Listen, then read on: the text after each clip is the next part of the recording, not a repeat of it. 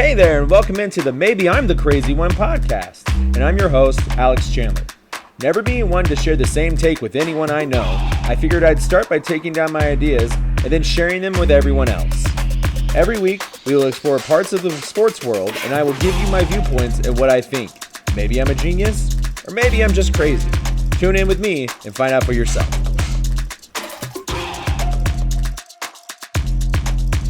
What up, guys, and thanks for joining me again today. This is episode 2 of Maybe I'm the Crazy One podcast. As you can see, we are able to add some music today to our budding new podcast. And so with that, I am super excited to go ahead and get started. We have a big slate scheduled for today. First off, I wanted to go ahead and explain a little bit of an adjustment to our format, if you will. I decided once we were recording episode 1 that 5 topics might be a lot to do with the way that I speak. And so with that, I decided to go ahead and narrow it down to 3 topics. However, instead of it being a weekly podcast, we are now going to try to do a bi-weekly podcast. So 2 episodes a week. I'm going to try to get 1 episode out at the beginning of the week, whether it be Monday, Tuesday, or Wednesday. And then 1 at the end of the week, whether it be Friday or Saturday, depending upon what is going on. This week, for example, I plan to get this one out today, Tuesday. However, it may come out Wednesday before you're finally hearing this, or later in the week. And then for the episode 3 that we plan to have this week as well, it will be going on. I will probably record Friday, and so we will probably hear it first thing on Saturday. I'm going to play around with a little bit of that formatting as well. We may have longer breaks between some episodes than others, especially right now when there is not a whole lot going on in the leagues that we follow. So without further ado, kind of want to give you a brief rundown of what we're going to be talking about today. We're going to talk about NBA free agency. That is going to be the first thing that we discuss. NBA free agency, big domino that dropped was Rudy Gobert got traded from the Utah Jazz to the Minnesota Timberwolves. We're going to talk about his value. We're going to talk about what that move might mean for other people like Kevin Durant, DeAndre Ayton, Colin Sexton even. But we'll start with the Gobert stuff. I want to talk about the NFL. Last week we briefly discussed a couple trades for a few players. With those trades, I've kind of broken them down even further since we will have more time on that today. Also gave a couple new trades that we didn't discuss last week that I think could potentially happen. Whether they will happen or not, that's something different, but I think it would be super beneficial for their teams to go ahead and at least shop them, because I don't think they would be able to get better value from them, whether they were playing for them or in the future. The last thing that we're going to talk about is the MLS. I'm going to get to that topic today for sure, because this weekend I went to a soccer game, Sporting Kansas City against New York Red Bull, and the product that I saw was shocking, but it might be shocking to you for the reasons that it was shocking to me. So without further ado, we're going to go ahead and get started. Like I said, we're going to start in free agency, and I just had one really quick question about free agency as a whole, specifically Rudy Gobert. When was Rudy Gobert's value determined, and by who? Rudy Gobert's worth maybe 2 first-round picks and maybe 2 players. The amount that a team has to do to shape itself to where it's viable that Gobert is one of their stars is absolutely absurd. Donovan Mitchell may have top 10, top 12 talent in terms of offense, and his defense is lacking. But they put a lot of pieces around him, whether it was Joe Ingles, Mike Conley Jr., Jordan Clarkson. They had Grayson Allen for a bit, then he went to Milwaukee. They had some great players on that team, or at least good players, serviceable players, players that have been in all-star consideration, and yet they still couldn't get past the first round. Why? Now, it's because one of their players, one of their max players, Rudy Gobert, has made so much money throughout his career.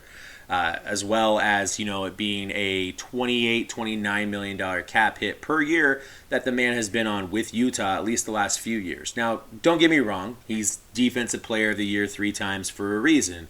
He's a great defensive player. But that award is a regular season award. And I hear it all the time about how the playoffs should not matter when it comes to regular season awards. And truly they shouldn't, because regular season awards are their own. Except you can't use Rudy Gobert in the playoffs effectively, at least the same way that you use him throughout the regular season. The Jazz got 2 players and 2 more picks than the man is worth. They paid double the price for a guy that I don't personally think fits their system. Doesn't mean that he's not going to play well. Doesn't mean that the Timberwolves won't make the playoffs. But I do not think that Rudy Gobert is a good fit next to Karl Anthony Towns, D'Angelo Russell, and Anthony Edwards. Especially if you're looking to help cultivate Anthony Edwards into a leader, into a superstar in this league, into that number 1 guy that you have on your team to be able to win a title. I don't think Gobert is the right guy, because now you have 3 other guys, not Anthony Edwards, that I don't believe have dog. Rudy Gobert is certainly not a dog. Karl Anthony Towns, I don't think has dog, but he can show dog mentality. And D'Angelo Russell is kind of, for lack of better word rather, soft. And so with those 3 and Anthony Edwards, are they better than having Patrick Beverley, Malik Beasley, Jared Vanderbilt, Weston Kessler, and then the Bolomero? I don't know, but I don't think so. Like, what the hell, man? I've seen Rudy Gobert play. He's a great defender. Great defender. But good night, man. This makes absolute sense from Utah's perspective. They're getting 4 players for a player that they deem unusable now. I mean, Gobert was on the trading block the entire offseason. From the second that we're eliminated in the playoffs by Dallas, Gobert was on the trade market, and everybody knew it. Everybody knew that Gobert was not going to be with Utah when this season started next year. So being able to get 2 young players in Vanderbilt and Kessler, as well as Bolomero, Patrick Beverley, Malik Beasley, and 4 first-round picks, I know 3 of them are protected, and it really just depends. I don't know the extent in which they are protected, but I do know that with those protections, it's going to really matter when those picks convey. However, for the current situation, because they also got a pick swap, I believe, in 2026 from this, they basically got 5 first-round picks because Kessler was drafted 17th or 22nd overall this year. But as for Minnesota, they get no better adding another center. They had a center. They had an all-pro center on their team. Karl Anthony Towns literally just made an all-pro team this year. He was an all-star. He averaged, I think, 24 points a game, 11 boards. The man is a superstar. You have a superstar at your 5. He's not a great three-point shooter, but yes, he can shoot it. So moving him out to the 4 kind of makes sense if you're trying to move him to a stretch 4. But ultimately, he's going to end up playing the same place. Karl Anthony Towns, where he has been lacking, is as a defensive player. And so adding Gobert basically gives you 2 guys doing one guy's role. Sounds a lot like when the Office had co-managers. But getting 2 centers, if that's really the process that they want to roll with, that means a couple things. 1, the people in Minnesota who are in charge are thinking they were a single defender away from being more viable in the playoffs, potentially winning a title. What? Did we watch this same series with the Minnesota Grizzlies? And while defense might have helped them secure that series because they blew 2 25-point leads in one game and I think 4 total 20-point leads in the entire series, and I think they also blew a 13-point lead and a 9-point lead, but with like 3 minutes to go. So they've blown a ton of leads, and defense would have obviously helped. But the problem that you run into is you're now taking a player off the floor that could have potentially provided offense, whether it's at the 4 or the 3, however they end up shifting their team down, to put Gobert in, who is not going to provide you that offensive support. So while he provides you the defensive support, it's a net neutral move ultimately because of the lack of offense that he ends up providing for you. Second, this tells me that Minnesota doesn't value their picks. At least not late first-round picks like they expect to have. This move ensures that they will at least make the play-in game. So these picks end up being 13 or worse. And to an extent, I kind of agree with that kind of thought process. I do think there is a point of diminishing return on those picks. However, what draft picks do, I heard this the other day, is it provides hope to ownership. Ownership believes that with those picks, they're going to be able to be better. And with those picks, they can go pick younger players that might be generational talents like a Donovan Mitchell, like a Dwayne Wade, a Giannis Antetokounmpo, a Kawhi Leonard, players later in the draft that were selected that ended up being all-star caliber players. Dwayne Wade was a lottery pick still.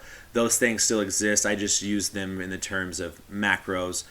There's plenty of players that you can lean to say, hey, they did a lot of those things. Draymond Green was a second-round pick, for example. Easily could have been a first-round pick late in the draft. So there's a lot of players that end up in the second round, end up at the end of the first round that have good success, long careers that can be serviceable to a NBA team.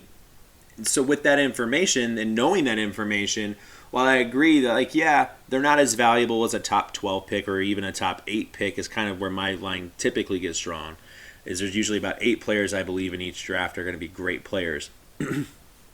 But I think you can still use them as trade pieces in the future, not necessarily for a player like Gobert. Maybe more so for a different player, which brings up my third reason. Did they trade for another quote-unquote star to try to trade 2 of their stars? I know they just re-signed Cat to that max deal, but could you flip, say, Rudy Gobert and D'Angelo Russell for Kevin Durant?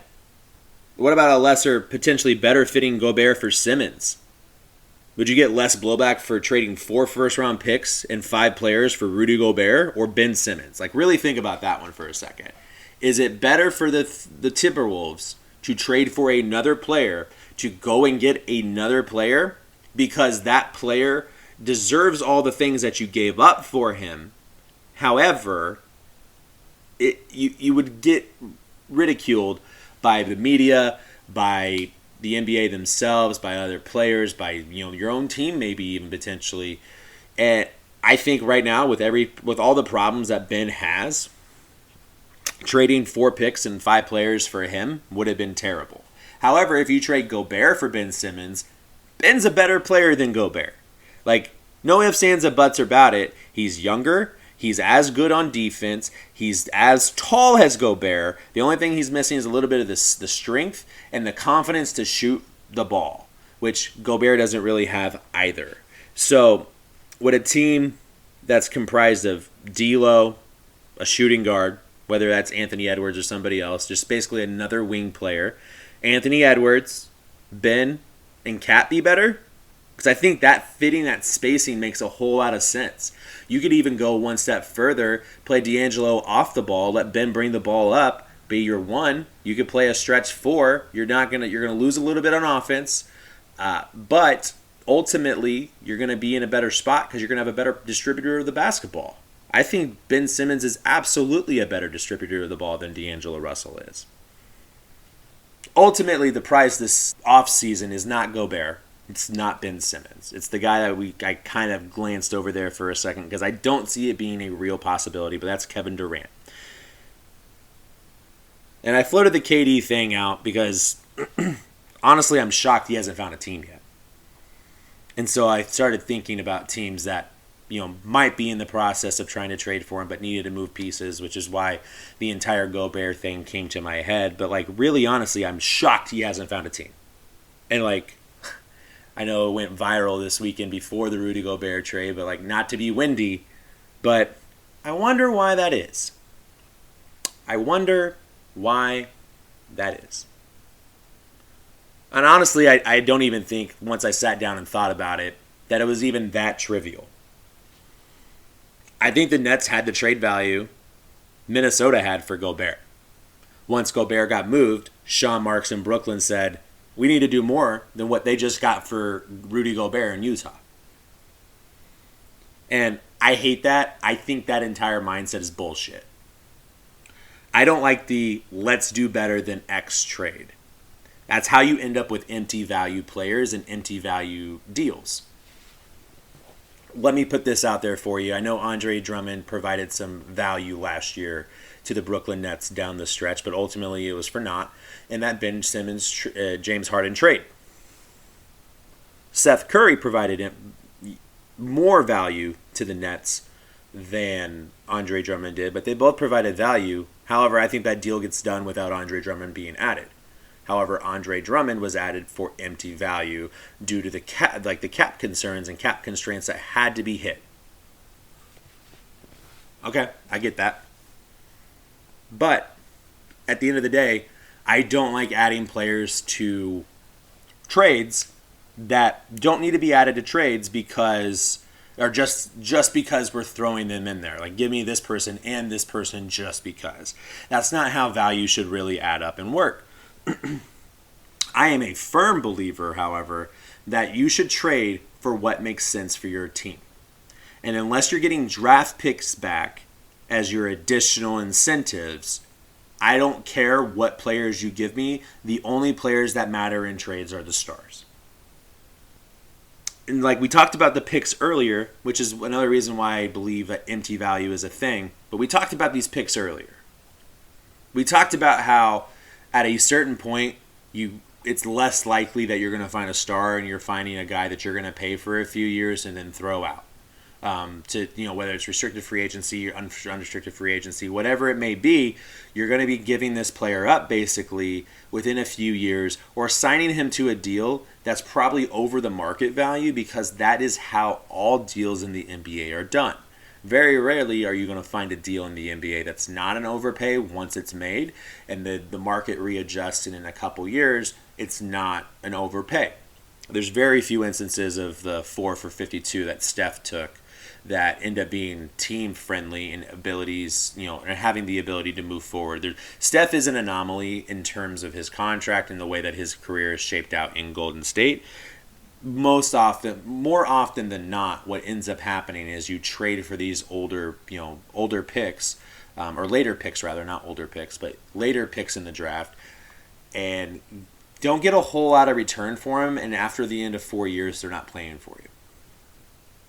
And in terms of the KD trade, though, it's even worse than the Gobert trade in terms of where the positioning of these draft picks are going to be, because any team that trades for Kevin Durant, as long as they maintain the stars that are on their team like Durant would like, they're going to be picking what? 26, 27, 30? I mean, for sure they're not picking less than 23rd. Like, they're going to be in the final 8 teams at the end of when everything's all said and done. They'll be in the semifinals of whether it's the Western Conference or the Eastern Conference. They'll be in both. Whichever spot that KD lands in. And so those picks that you would get back from that team, how valuable are they? It's a matter of, at that point, you're trading basically for 10 second-round picks as opposed to 5 first-round picks. So don't get caught up on the value in terms of the picks. If you can get 2 stars or 2 high-level players, 1 star, 1 mid-star or budding star, like an Anthony Simons maybe, then that's something that I would look at doing. However, I just don't know if you need to sit around and wait for the value to make sense for you. So, of course, my favorite thing to do is sit down and say, what makes sense, what doesn't make sense. And I found some trades that I really like. I tested a couple of them out through, trade machines. This first one does work. A couple other ones, they do work. They just got to work on a couple things. I give you a couple crazy ones, and I give you a real one up front. So the real one I have for you, it's a 3-team trade. And it involves Kevin Durant going to the Phoenix Suns. So Phoenix gets Kevin Durant. Utah is going to get 6 first-round picks, and then the Nets are going to get Donovan Mitchell and DeAndre Ayton. And you say, wait, hold on, Alex, hold on. That doesn't make any sense. Why would Utah want to do that? Well, a couple things. They already traded Rudy Gobert. There's a lot of belief around the league that when Donovan Mitchell's contract comes up in a few years, He's not re-signing with Utah. Next year, if you go into the season with Donovan Mitchell and the players that you currently have around him, do you think you make the playoffs in the West the way that it's currently constituted? And if you don't, do you think that hurts Donovan Mitchell's trade value? Because I do. I think that's part of the reason Bradley Beal was really honestly never moved. Because all of the league had this evaluation of Bradley Beal that he's worth maybe 2 first-round picks, maybe 3 first-round picks. But I guarantee you Washington was like, no, he's a transcendent talent. He's worth 5. The only problem is Bradley Beal's been to the playoffs in his career a total, I think, of 3 times in 11, 12 years. And now we'll never see it again because he's stuck in Washington unless he asks for a trade out. But that's the same kind of premise here with Donovan Mitchell. Do you hold on to Donovan Mitchell because you think that you're going to go get something? If you don't go get something, do you then trade Donovan Mitchell next year? Except I don't think Donovan Mitchell's worth as much as he is now. And I think you can get 6 first-round picks right now from the Nets and Phoenix because I think that you're paying for additional things. The Nets aren't going to get the compensation. They wanted their 2 stars. They don't care about those draft picks. They would gladly take them if you were going to send them, but I don't think that's going to be an option, and I don't think it's very viable or feasible to have Kevin Durant end up in Phoenix any other way than it being a DeAndre Ayton sign-in trade that he likes. I think he would like to have Mikal Bridges there. I think Mikal Bridges could potentially be thrown into this deal at some point in time. I also had Cam Payne and Jay Crowder going back to Utah, so they get a veteran defender, and they also get a young guard that they could play side by side with a Malik Beasley, with any of those current picks that they're going to have, and have somebody that's still viable under a decently priced contract. The Nets get Donovan Mitchell and DeAndre Ayton, and currently as constituted, because they haven't gotten rid of Kyrie yet. Now, I do believe Kyrie will still be a Laker, but they haven't gotten rid of him yet. So right now, that starting 5 would be Kyrie, Donovan Mitchell, Joe Harris, Ben Simmons, and DeAndre Ayton. I think that you can contend with the title for that team. Even if you take Kyrie off and insert Patty Mills as your guy, I still think that's a playoff-level team. DeAndre Ayton, Ben Simmons, and Donovan Mitchell. You have 2 big guys. A guy that can facilitate the ball in Ben Simmons, whether you want to play him at the 1 or the 4. And then you have Donovan Mitchell, who's a offensive wizard. You provide him with 2 defensive talents that are mobile as opposed to the defensive talent that he had that wasn't mobile, and all of a sudden you're better. And then the Utah Jazz get 6 first-round picks and start their rebuild process. Second trade I have is one that you would use if you wanted to keep KD and Kyrie wanted to continue to play together. The Nets would receive Markelle Fultz, Jonathan Isaac, Mo Bamba, Jalen Suggs, and 3 first-round picks, 3 pick swaps, and 4 second-round picks. And Orlando would receive Kyrie and KD. Now understand, I don't think that you can get through this deal without also adding possibly Paolo Banchero or Cole Anthony. However, if you can, and you're able to start a starting 5 of Cole Anthony, Kyrie Irving, KD, Paolo Banchero, and a 5, that team's pretty solid too. They're instantly better, instantly a contender, and even to the point where I may say they would overtake everybody else in that Southeastern Conference, including the Heat, as the favorites. Now, here's one. You're still getting rid of 2 of your stars in Brooklyn, and it's really, really messy to make the cap stuff work in terms of getting rid of cap holds, trading players, moving players to the right place, etc. However, there's a way for the Nets to basically get all of their picks back from Houston. Also get Kevin Porter, Jabari Smith Jr., Sterling Brown, Eric Gordon, Trey Burke, and some cash for Kevin Durant and Ben Simmons. And adding those 2 to Jalen Green and Şengün down there in Houston would again make them viable contenders. And it would also be really interesting to have that additional narrative piece of Durant being a part of the Rockets and potentially having to play the Warriors in the finals, the Western Conference Finals, a team that Durant joined and then they almost lost to before Chris Paul got hurt. What if Kevin Durant's the guy that gets Houston over that hump of Golden State? There's a lot to think about there. And there's many trades that may still work that I haven't talked about. We can't talk about some of those until some of these players are able to be traded. With restricted free agents, they're not able to be traded until August 23rd currently. Players that come to mind first are like Anthony Simons, for example. And I kind of feel bad for these kids that are restricted free agents because it's almost like it's becoming the franchise tag of the NFL, except we're in the NBA.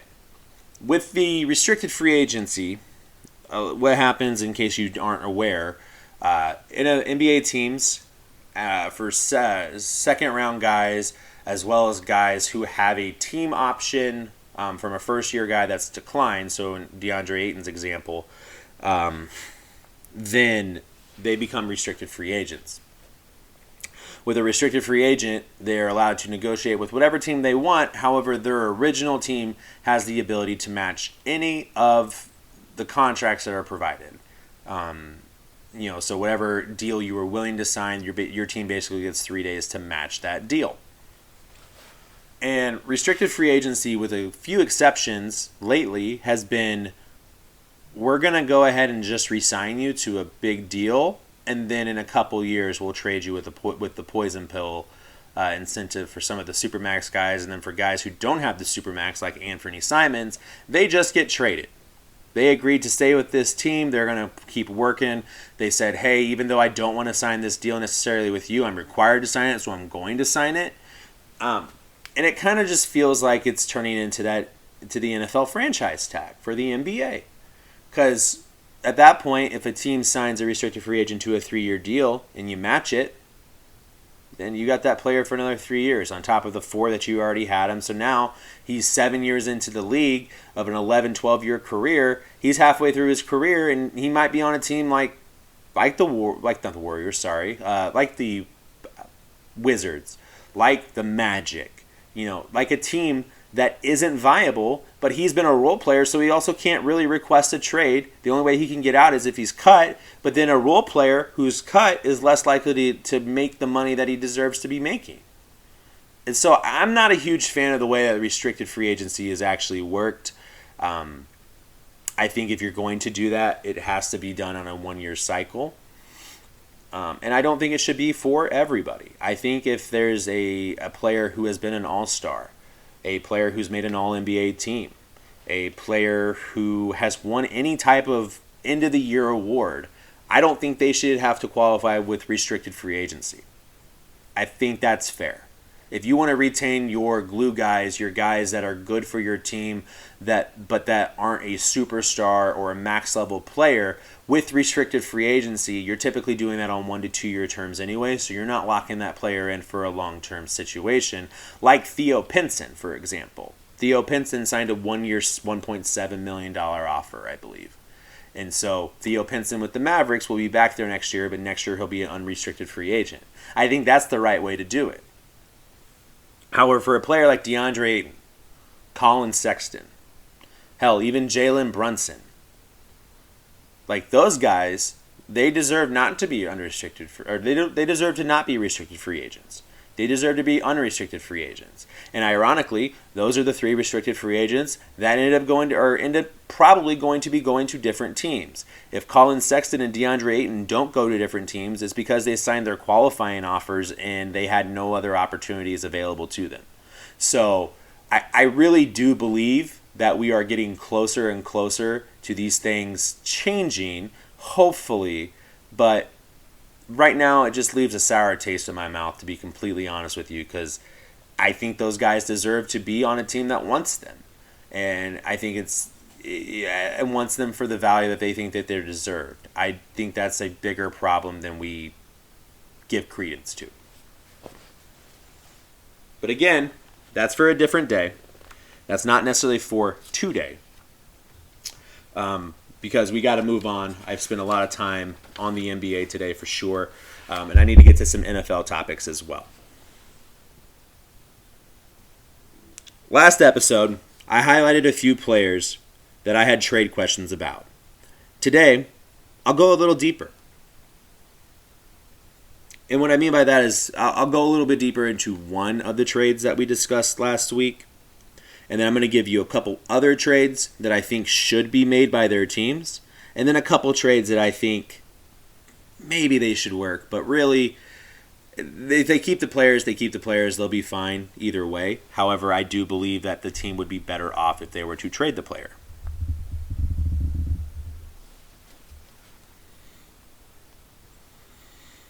As I alluded to, we're going to start with DK Metcalf, which is one player that we discussed last week. Now, as I said last week, I don't think he will be traded. However, if he is, I have a couple trade proposals for you guys to go through. The first one is, what if DK made his way to the Ravens? You could trade Gus Edwards in a first and Marcus Peters for a fourth and DK. I think that does it for you. Get you a guy on the defensive side that can help your team be a little bit hard-nosed. He knows the division as well because he played for the Rams. Additionally, you get off a DK. You don't have to pay him the $30 million. Gus Edwards is a luxury to have. Now, I understand that the Ravens lost everybody before the start of the season last year. That's, again, an anomaly. But one, we don't know how Gus is going to come back from his injury.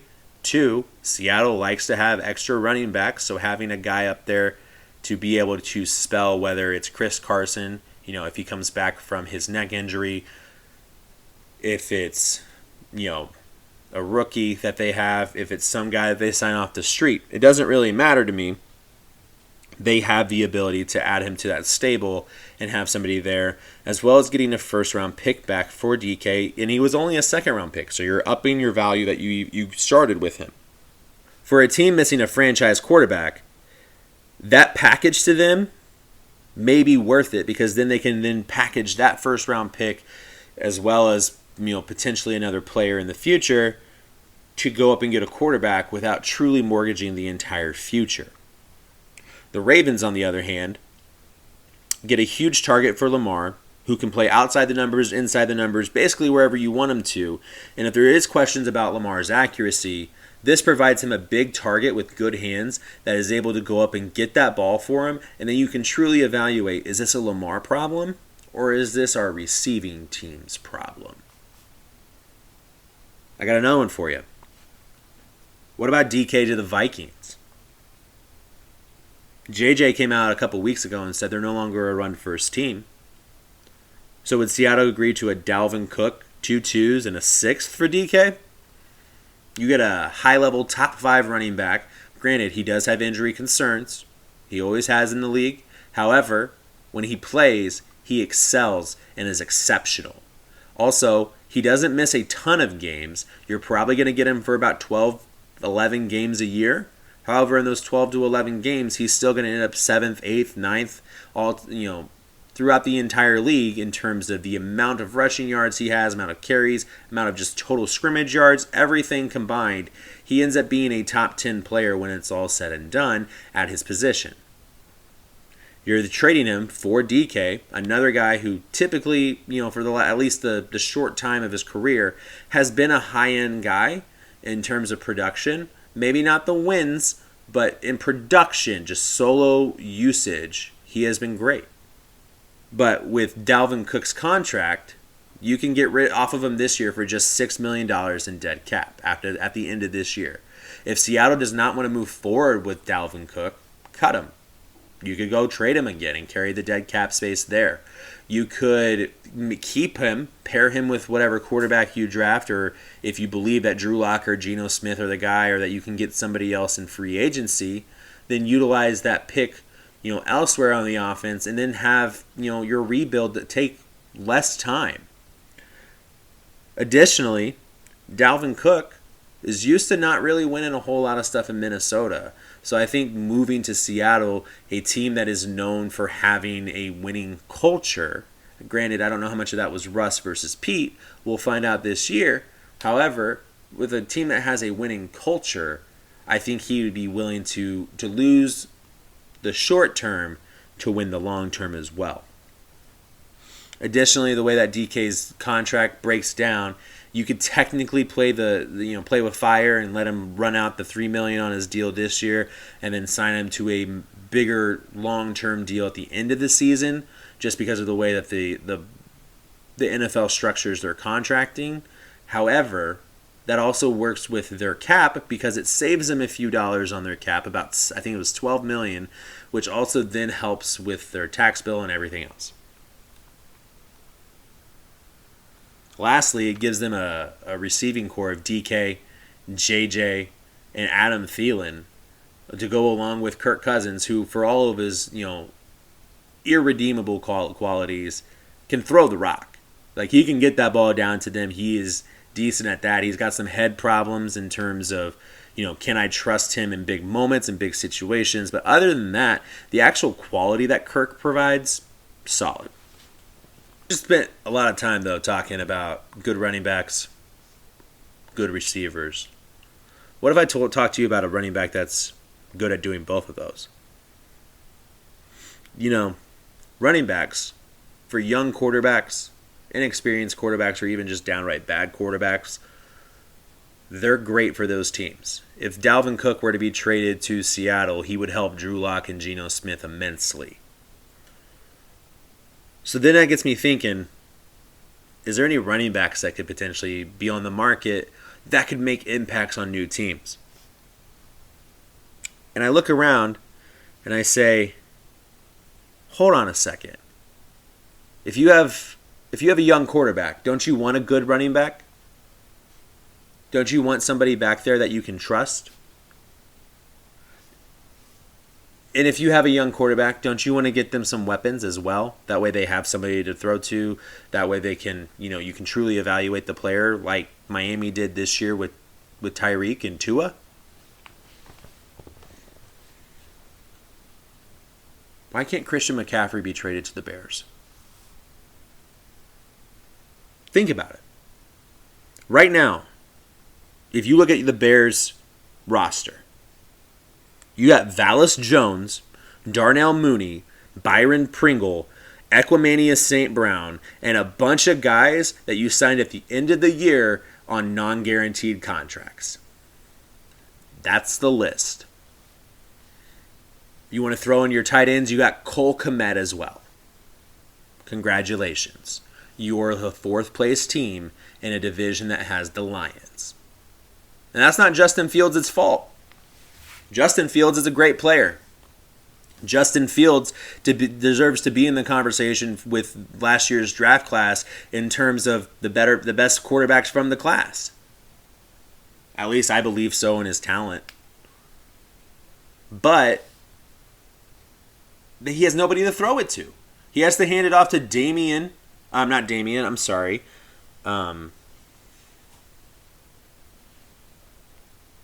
Montgomery. He has to hand it off to David Montgomery. Like, come on. If David Montgomery and Darnell Mooney are your offense, you're a bad offensive football team. I have no idea what the hell Chicago thought they were doing. They had Allen Robinson, and somehow that was slightly better than what they have now. And I believe Allen Robinson is going to do well with the Rams. However, that's not a wide receiver core that breeds success, or at least belief that you can have success. So how are you going to accurately judge Justin Fields on what he can and can't do? I saw the man play last year. I know what he can and can't do. There's not a lot that he can't do. But he made a bad Chicago team at least viable for a little bit. But I think Detroit's going to be better this year. And if Detroit is better this year, then, what are we doing? Speaking of Detroit, I think they should trade for Baker Mayfield. What was that? I said I think they should trade for Baker Mayfield. Yeah, and I'm talking to myself right now. That's fine. But listen, I don't think they think Jared Goff is the answer. And I certainly don't think Jared Goff is the answer. And so, if you look at it, and you say, what are we going to do? I think they could trade for Baker. And you say, well, why does that make sense for Baker and the Browns? Well, it's just a matter of there's only like 2 teams that have really been attached to him in Seattle and Carolina. Everything else has been really quiet. There was a little bit of a rumbling at one point in time that he might go to Tampa and be Brady's backup. But even while hurt last year, he was better than, I would say, 8 starters that were in the league. So why would we not take a flyer on him healthy? Well, if you look around the league, there's teams that already have their franchise quarterbacks in Kansas City, the Rams, the Chargers, the Broncos, Cincinnati, Buffalo, Baltimore, Arizona, now in Indianapolis, at least for now, with Matt Ryan. You're not trading for another quarterback. And so as well as Tom Brady in Tampa, you have Jameis who just re-signed in New Orleans. There's a bunch of different options that are, already taken that he can't have. That doesn't include Derek Carr with the Raiders. It doesn't include any of the young kids, for example, like Mac Jones, Trevor Lawrence, Justin Fields, Zach Wilson, all of those guys that are on other teams. Tua as well, since he hasn't had the support. Davis Mills in Houston. So it really only leads to a few teams, like Minnesota and Green Bay. But Green Bay has Aaron, and then they also have Jordan Love. It leads to Minnesota. I think you get worse going from Kirk to Baker, so why do that? As well as with the Cowboys, who I think you move from Dak to Baker, you get worse as well. The Eagles are interesting only because they consider themselves to be, quarterback city, or whatever the heck the term that they used was. But I don't think they do it. I think they really want to see what Jalen Hurts is about. And then move forward with either C.J. Stroud or Bryce Young next year if they come out of college, by trying to trade up and get those picks, maybe even moving Jalen as a part of the process. I think that's their end game. I don't think they would be looking at this year. However, Detroit's interesting. The Giants are interesting as well, but Detroit is interesting.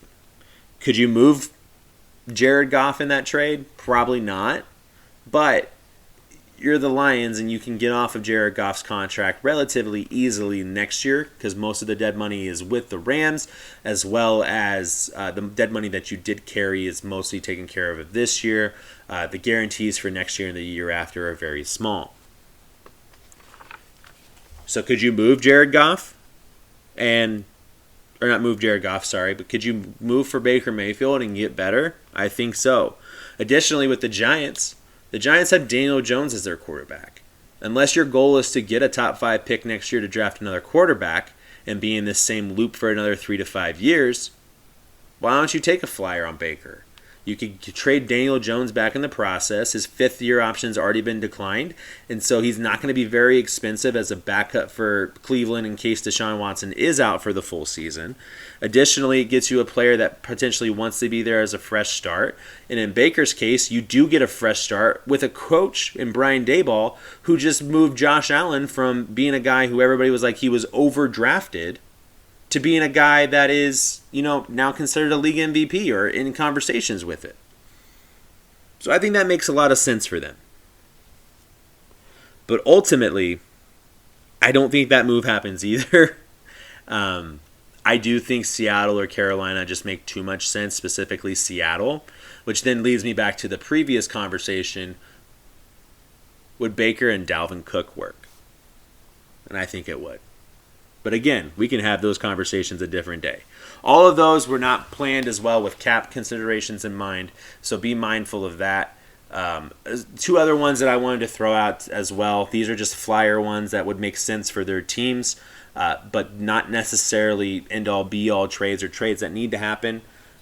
I think trading Devin Bush from the Steelers to a team just maybe even just across the state like the Eagles would be really beneficial for the Steelers. Devin Bush has been injured the last 2 seasons. He's missed, I think it was 14 games, 17 games, somewhere around there. And while that's minute in the scheme of things. He's on a rookie contract, so that means you're going to have to pay him. He's going to want more guaranteed money than the Steelers are ever usually worth providing. You, as a organization, have shown the propensity to be able to draft defensive players extremely well, so the impact that he would have not being on your team is probably pretty minimal. On top of that, you've learned not to play with him already. So go ahead and get your draft capital for him and not pay the guy any money. Have another team do it. Have him hit free agency. Do whatever you need to do, but make your team better in the process. Another guy that I think should be moved, but because I don't think his value will be any higher than it is today, is Trayvon Diggs. I do not trust the Cowboys. I do not think the Cowboys would be good. And Trayvon Diggs, the last 8 games of the season last year, was not highly great. He was a good player, but he had a really hot start to the season and then kind of trickled and fell off at the end. I think Trayvon's going to be great. I think Trayvon has the ability to be a serviceable cornerback in this league for 10, 12 years. I think Dallas should move him now. With the way that their cap is constituted and the cap structure that they have, I do not think that they'll be able to provide Trayvon Diggs with what he wants, and so ultimately he'll end up walking later in the future. Additionally, I don't think he's going to support the statistics that he had the last year, going forward. And so he's never going to perform at the level he's performed this year. He's going to get older. He's going to get more expensive. Why don't you trade him now in year 3 of his 4-year deal? You cut the year off, but ultimately you're getting maximum value back for him. I think you can get a first-round pick for him, if not 2 right now. I don't think you get a first-round pick next year for him. And it's not because of him. I think he is great. I think he is talented. I think in the right system it will work. I do not think Dallas is the right system. And so I would recommend to Dallas to trade Trayvon Diggs as well. So, we've talked about a lot of players today, and a lot of the premise of it is movement, player movement, re-signing, etc. And I think a lot of these players have a chance to end up in places they want to be and be in places that they would ultimately re-sign, whether it's with the current team that they're with or another team. But I think one team that needs to really consider re-signing a piece of the team that they've had is who we're going to talk about next. And that is the MLS and their relationship with pro referees.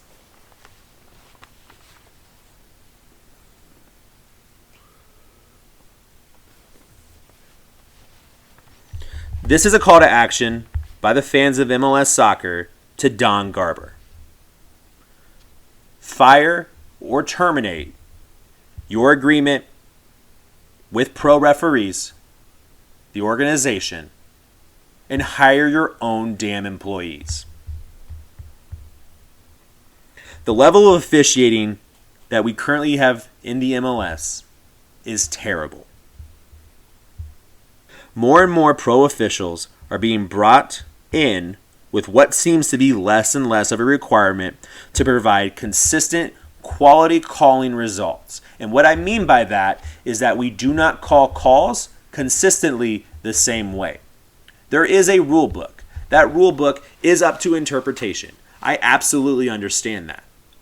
However, it should not be to a trivial point to stepping on one person's foot and having somebody else step on somebody else's foot not be called both fouls.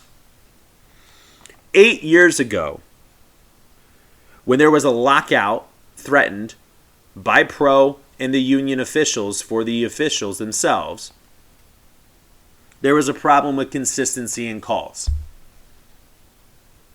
4 years ago, when there was a lockout of officials, they were still missing calls, but they got some of those calls that they were missing right.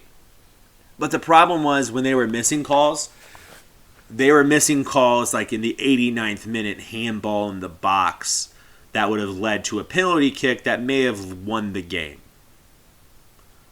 Or one step further, handballs in the box that may have won the game for the opposing team and then moved them from, say, third in their conference to first in their conference on decision day, like happened to Sporting Kansas City last year against Real Salt Lake.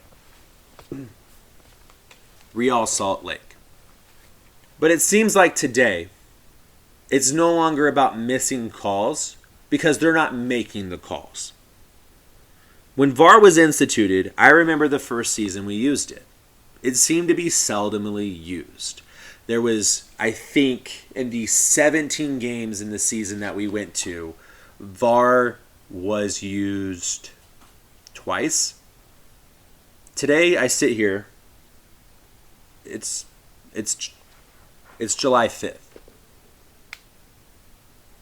In the last month, I've seen VAR used 4 different times in 5 different games. And the one game I didn't see it used was a U.S. Open Cup game where they didn't have VAR. Imagine that.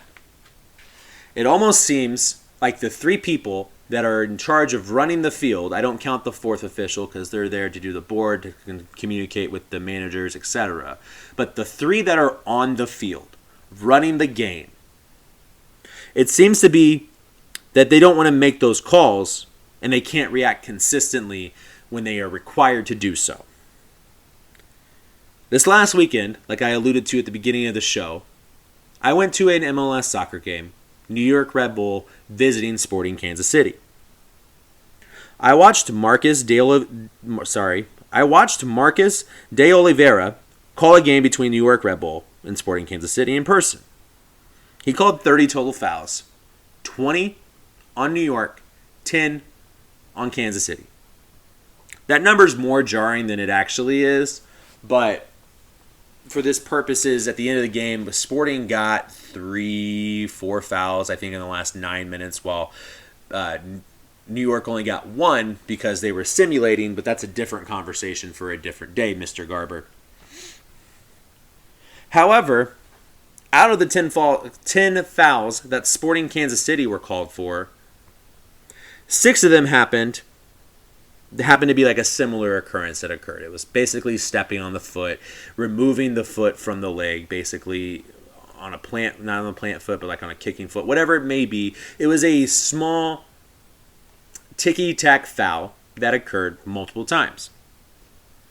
He called it 6 times on Sporting. He called it 4 times on New York, but he missed 8 calls.